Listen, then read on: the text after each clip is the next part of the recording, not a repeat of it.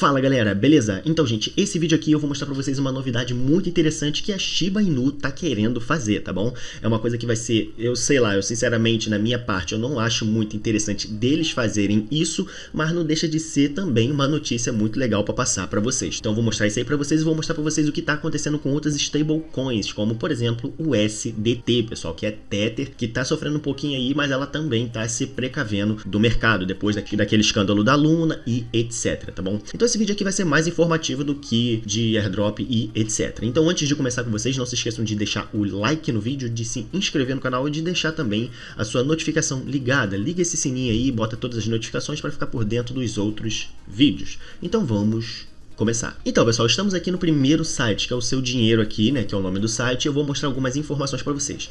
Como a própria Shiba Inu viu que tinha uma oportunidade no mercado de conseguir, pessoal, lançar uma nova stablecoin, eles aproveitaram, entre aspas, o fracasso dessa terra USD, né, que no caso era o UST, e eles estão querendo criar a própria stablecoin, pessoal. Isso aqui eu achei sinceramente muito absurdo. Eles estão querendo muito abraçar o mundo com as mãos e podem acabar caindo numa furada, tá bom? Então, o que eles dizem aqui é o seguinte, olha, na própria matéria, tá? Isso aqui não sou eu, ó. Analistas não enxergam Shiba Inu como um bom investimento e a crise das stablecoins não deve ajudar o projeto. Ou seja, como se o hype da Shiba já acabasse, porém, se eles tentar fazer alguma coisa com stablecoin, quiser mexer, né, para poder conectar um saldo com o outro, vai dar ruim de qualquer jeito, tá? E aqui eles vão falar um pouquinho. Olha só, os desenvolvedores da memecoin Shiba Inu, eles anunciaram o lançamento da própria stablecoin. No caso aqui vai ser chamada de SHIB. Ela serviria como uma alternativa para o uso dessas moedas estáveis dentro das blockchains. Na nossa reportagem especial sobre stablecoins, você entende o que elas são e para que são usadas. E aqui no caso eles vão falar mais ou menos para que serve uma stablecoin, tá? Mas o básico dos básicos que você tem que entender é o seguinte: stablecoin é para ser uma criptomoeda que tem que ter o preço mais próximo possível ou de $1, sempre assim, $1 ou mais próximo possível, tá? É sempre assim. Em uma publicação assinada por os desenvolvedores da moeda, né, por um dos desenvolvedores, o Shitoshi Kusama, ele diz aqui que vai dar mais detalhes sobre o desenvolvimento da stablecoin própria, tá bom, pessoal? E aqui, se a gente vir nessa publicação, a gente vai ver que é isso aqui, ó, que tá tudo em inglês e tudo mais, mas eu vou pegar isso aqui só dessa reportagem aqui, pessoal, porque eu acho que vai ficar mais fácil, já tá traduzido, eles estão pegando os pontos positivos ali, né, os mais importantes da matéria. Então olha só, o anúncio, né, no caso aqui, acontece em meio a uma quebra de confiança no mercado para as stablecoins, após a terra UST, no caso é aquela lá da Terra, né, da Terra Foundation, perder a paridade com o dólar e desestruturar o mercado de criptomoedas como um todo. Então aqui vocês veem o seguinte, pessoal, depois que teve esse grande problema na Terra, muitas outras stablecoins que absolutamente não tem nada a ver com a Terra ficaram totalmente desacreditadas, porque o pessoal falou, poxa, um projeto que é grande desse, tem uma stablecoin que é para ter uma paridade com o dólar, caiu para muito menos de $1, então com certeza as outras têm essa possibilidade, até mesmo outras que são maiores ou menores do que ela. Então acabou que teve uma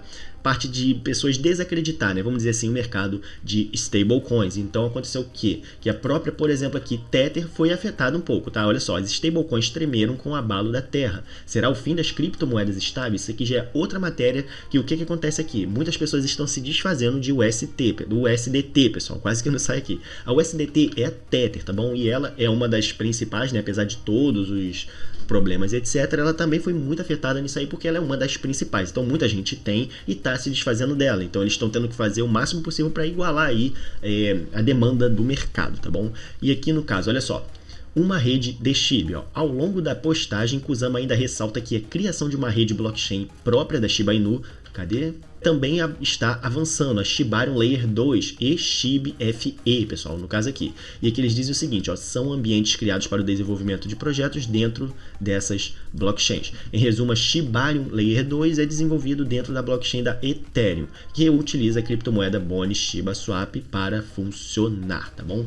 Então isso aqui eles querem fazer, basicamente, por exemplo aqui, no caso a Polygon a gente utiliza a mesma formatação de endereço da Ethereum. No caso da Shibarium Layer 2 é como se fosse exatamente uma nova implementação, só que utilizando os endereços 0x, e no caso o token principal dessa rede deles é a Boni, e é o exemplo que eu dei para vocês. No caso ali, a gente vai colocar, por exemplo, a rede Polygon, a gente escreve lá o ID da chain, o endereço, a gente coloca a parte do Block Explorer e tudo certinho, a gente fica com o endereço 0x. E o token principal da rede da Polygon é a Matic, né, que é aquele tokenzinho lá. Então não tem mistério, tá bom? É isso que vai acontecer com isso aqui.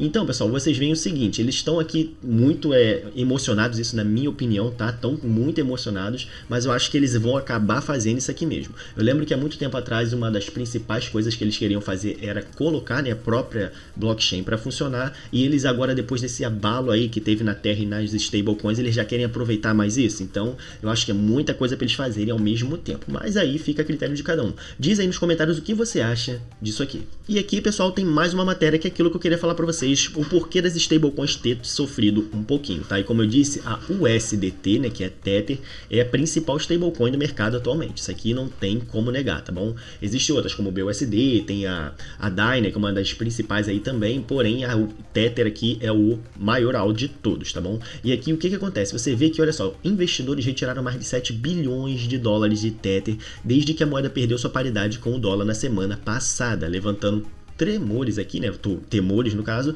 sobre as reservas de maior stablecoin do mercado. O fornecimento de Tether em circulação teve uma queda considerável na última semana, saindo de 83 bilhões, né, no caso aqui, né, que é a circulação, para menos de 76 bilhões na segunda-feira. E aqui no caso já está levantando suspeitas, pessoal. Esse é o negócio. Já teve outros tipos de problemas com a Tether e muita gente sabe disso aí.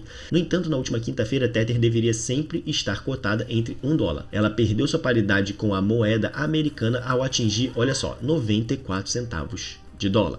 Ou seja, pessoal, é aquilo que eu disse, existe uma paridade. $1 é o alvo de qualquer stablecoin. Se você, por exemplo, tiver uma stablecoin, ela tiver isso aqui, ó, 0,99, beleza. Se tiver, por exemplo, $1,02, tudo bem, mas ela não pode estar com uma queda absurda dessa aqui. Vai levantar suspeitas sim, porque a pessoa que comprou esse token e ele é denominado como uma stablecoin vai querer ele no preço de $1. Então, se ele cair para 94 centavos de dólar, existe um impacto muito absurdo no mercado, como vocês viram ali. Então, isso aí levantou muita suspeita e muita gente acabou, vamos dizer assim, diluindo depois que teve uma pequena subida de preço. Vamos dar uma olhada aqui para ver quanto está atualmente o Tether. Aqui, ó, atualmente ele está R$4,90. Vamos vir aqui no BRL, vamos botar o dólar normal que a gente conhece. Cadê o dólar? Ó, 99 centavos de dólar. Não é bom, mas tudo bem, porque é um preço, vamos dizer assim, considerável para se aceitar, né? Mas no caso aqui já levantou muita suspeita e vai ser complicado isso aí. Já tem muita gente falando que inclusive isso aqui vai cair mais e que já é um golpe e etc, tá bom? Então fica bem complicado. E aqui acontece aquilo, pessoal, uma stablecoin ela tem que ter uma garantia de mercado, ou seja,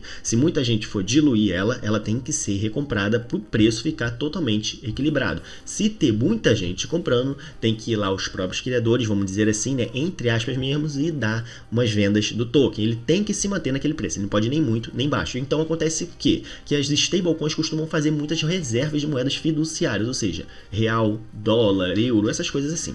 E a ideia por trás disso, a criptomoeda tenha garantida suficiente. Ela tem que ter uma garantia suficiente para que, quando ter um aumento absurdo de preço ou alguma coisa assim, ela conseguir sempre se manter estável, ou uma queda absurda de preço também, como no exemplo anterior. Porém, aqui no caso aqui, um acordo da Procuradoria e tudo mais, revelou que parte das reservas da stablecoin Tether estavam em uma variedade aqui de outros ativos, incluindo papéis comerciais e um instrumento de dívida de curto prazo sem garantia emitido por empresas. Ou seja, isso aqui não é bom, porque se não tem garantia de retorno, eles não deviam aumentar por exemplo, assim, um investimento tão grande nesses tipos de coisa, porque pode botar em risco outros investidores que pegaram a Tether no começo. Então isso aí é muito ruim. Em um dos seus recentes relatórios aqui sobre a reserva da stablecoin, Tether tinha cerca de, olha só, 4,2 bilhões em dinheiro físico. Dinheiro físico é aquilo ali que a gente disse, moedas fiduciárias, tá? Mas a maioria da reserva de 34 bilhões era composta de títulos de tesouro americano. Salvo engano, pessoal, isso aqui é como se fosse um título de dívida pública aqui no Brasil, como se fosse um tesouro direto. Eu acho que é mais ou menos parecido com isso, tá bom? E aqui eles dizem, com vencimento abaixo de 3 meses. Além disso, 24 bilhões estavam em papéis comerciais. Isso aqui, se eu não me engano, é como se fossem empresas ou ações. Provavelmente é isso, tá? Outro fator que eleva a polêmica da Tether aqui, né, de acordo com a CNBC, os relatórios trimestrais aqui da companhia são assinados pela MHA Cayman, uma empresa com sede nas Ilhas Caimã, que conta somente com 3 funcionários, segundo a página do LinkedIn. Então aqui já gera mais uma coisa negativa. Por quê? Porque aqui tem uma empresa com 3 funcionários nas Ilhas Caimã, que é uma ilha aí que já é bem complicada, né? Quando falam Ilhas Caimã ou Suíça, a pessoa já fica de olho aberto. E esses 3 caras aqui estão tecnicamente fazendo todos os relatórios e gerindo cerca de 24 bilhões de dólares, pessoal. Então as pessoas ficam sim com o pé atrás, né? E aqui tem outras coisas aqui da explicação deles e tudo mais, tá? Aí fica a critério de cada um ver. Vou deixar aqui algumas informações aqui, né? Algumas matérias dessas aí pra vocês e vocês dão uma olhada depois. Então, gente, eu acho que o vídeo é basicamente esse, tá? O que você achou dessas notícias, pessoal? Deixa aí nos comentários o que você acha da Tether e também da Shiba querer fazer sua stablecoin, tá? Então é isso aí, valeu e tchau!